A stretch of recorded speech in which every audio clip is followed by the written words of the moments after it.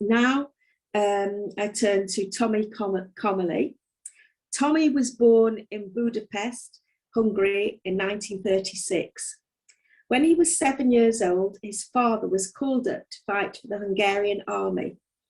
The German army then took over in Budapest and brought in many anti-Jewish laws. Tomi and his mother remained in Budapest in a small flat under strict curfew laws. Tomi's father was granted legitimate leave from the army, but on returning home to Budapest, he was arrested and never seen again by Tomi or his mum. After the Budapest ghetto was established in 1944, Tomi's mum arranged for them to go into hiding with a Protestant family. They were eventually liberated by the Soviet army. Tomi came to the UK as a refugee in 1956, which is 65 years ago. He received a university scholarship, became an engineer, and settled here with his wife Jill and family. Tomi was awarded a BEM, quite rightly, for his Holocaust education, and he spoke at the main Manchester of Holocaust Memorial Day in January. So over to you, Tomi, to hear your linguistics journey. Thank you.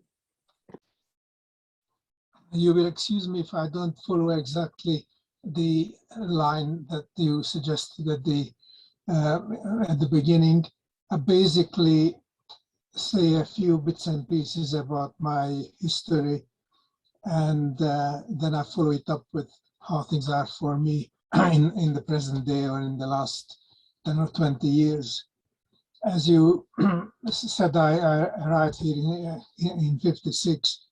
And I did, again, as Tahara, didn't speak a word of English, which made it rather interesting.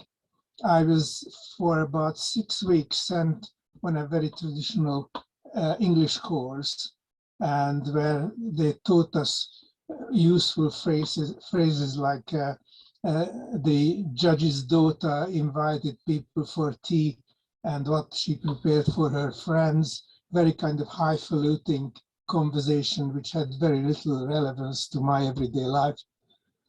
My other instant immersion came through my love of an English author who I'm not sure too many people know as P.J. Woodhouse, who for some reason or other got translated into Hungarian, and I used to love his sense of humor.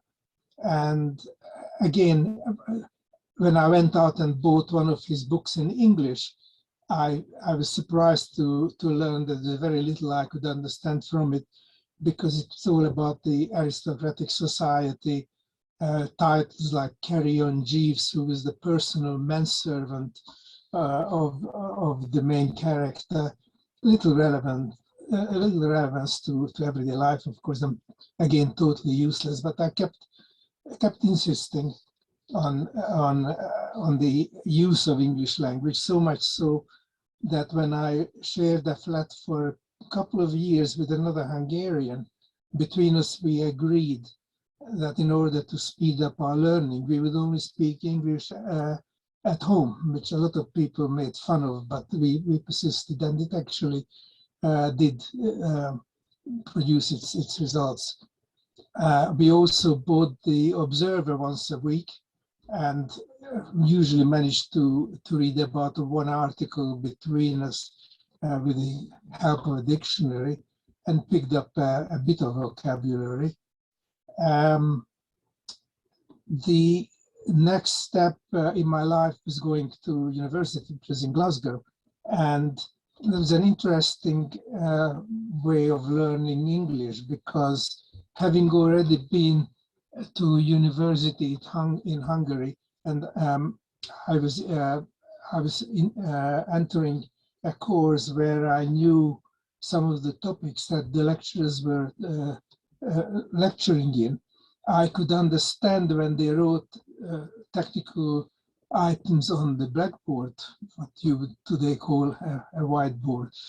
And So I knew what he was talking about, and I could concentrate on the words that the lecturer was using, and I more or less created my own translation mechanism at the time, and I moved forward on that basis.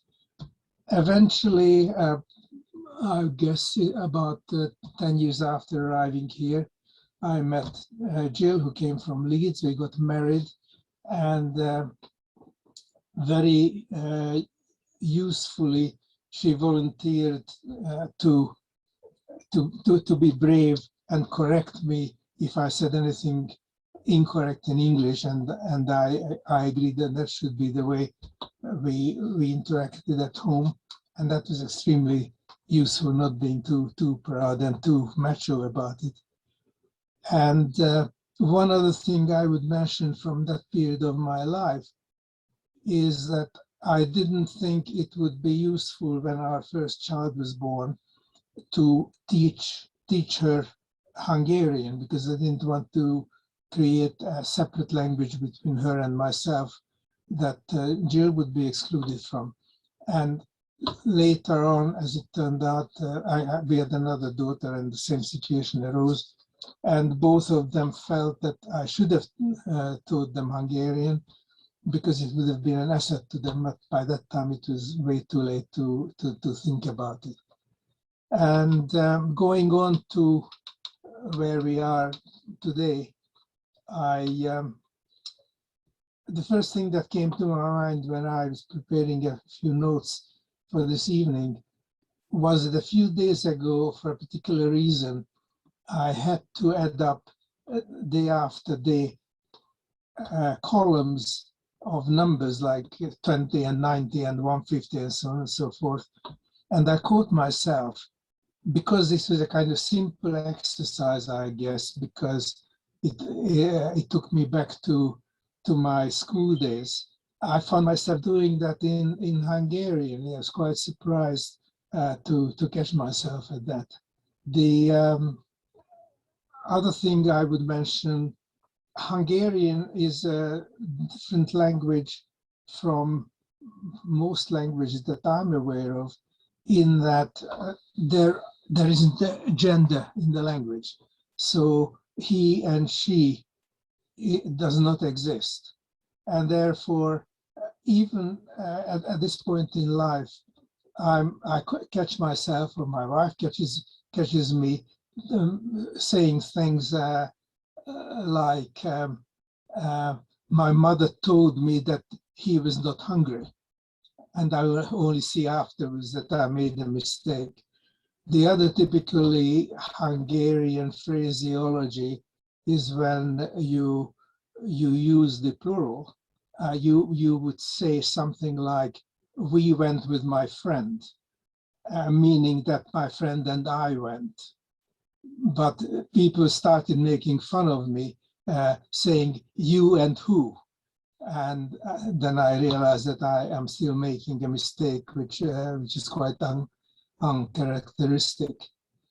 When I meet Hungarian friends, I have one good friend in Manchester, and also some in London, and sometimes I meet people in strange places. I find that not only me, but them as well, we find it more natural to speak to each other in English, because really all our development took place in an English atmosphere. And when I go back to Hungary, there are certain areas of life where I get quite uncomfortable, because I realize that my language regarding that territory is still a teenage language. So I'm not really competent handling Hungarian, for example, talking about my professional life, because I never had that professional life in Hungary.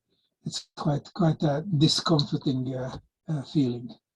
And I think just to wind up my attitude to languages, through learning English, I became interested in other languages as well, and also trying to get into the deeper aspects of English. And I'm very happy picking up English phraseology, things like "don't look a gift horse in the mouth," or getting an arm and a leg, or sending somebody to Coventry, be hung for a goose as a gander, or being a glutton for punishment, all this kind of thing. To me, these are challenges, and I find it makes life a lot richer. And even these days, I may stop somebody in conversation and say, "Would you have any idea where that expression came from?" And we have a little discussion about it. And I find it adds a degree of richness to conversations if we can engage that way. So that would be the sum total of what I would contribute, unless people later on will have any questions. I'll be happy to deal with those. Thank you.